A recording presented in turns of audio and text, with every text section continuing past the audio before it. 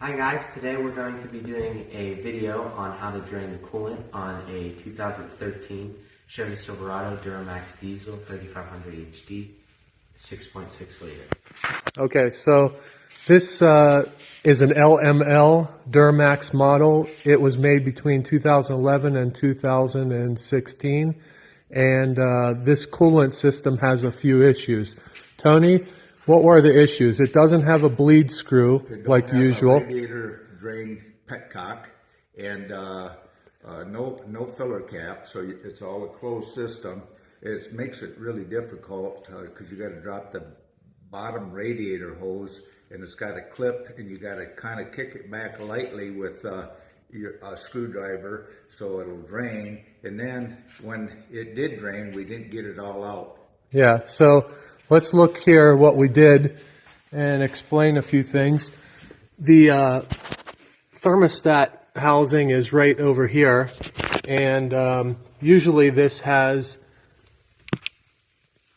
it's right there, and usually this has a bleed screw on it, so this one doesn't. So what we did was unscrew, there are about 4 screws around here.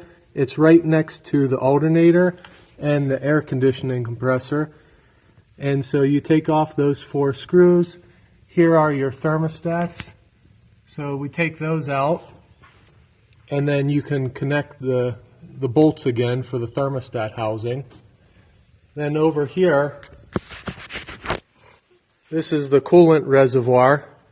So we plugged this petcock, and then over here there was another vent, but there's no overflow tube coming from it. So we kept this on, and underneath here is the passenger side radiator tube or hose at the bottom. So as Tony said, disconnect that and you drain it out. When you drain it out, you can crack this open to get the fluid out. So we were draining it down here, and that's what a lot of guys do. They drain it from there, and then that's it. But you don't get all of the fluid out that way.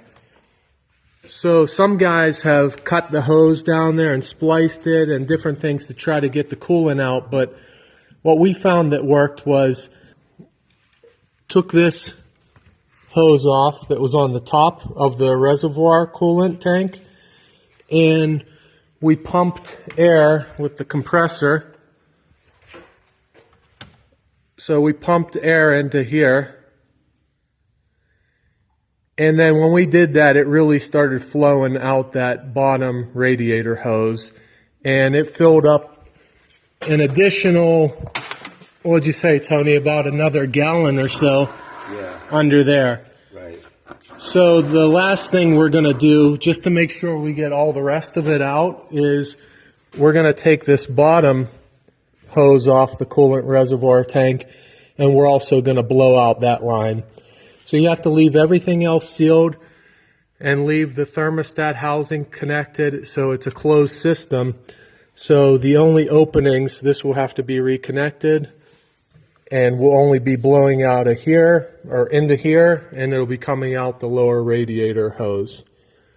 We had a hard time. We searched for days trying to find somebody else that did this and was able to get all the coolant out, and we didn't have any success finding a video, so we thought this would be helpful for you guys. We got 12 quarts out to begin with, and we ended up with about 16 quarts, and it's a 20 quart system. So we still have some antifreeze in there, but maybe it ain't important to get it all out for a flush. Yeah, I don't know. And we'll see. Maybe blowing out this other line will help us get out another gallon or so. All right, so now we're going to try to blow some air through the bottom reservoir tank hose and see if any coolant comes out.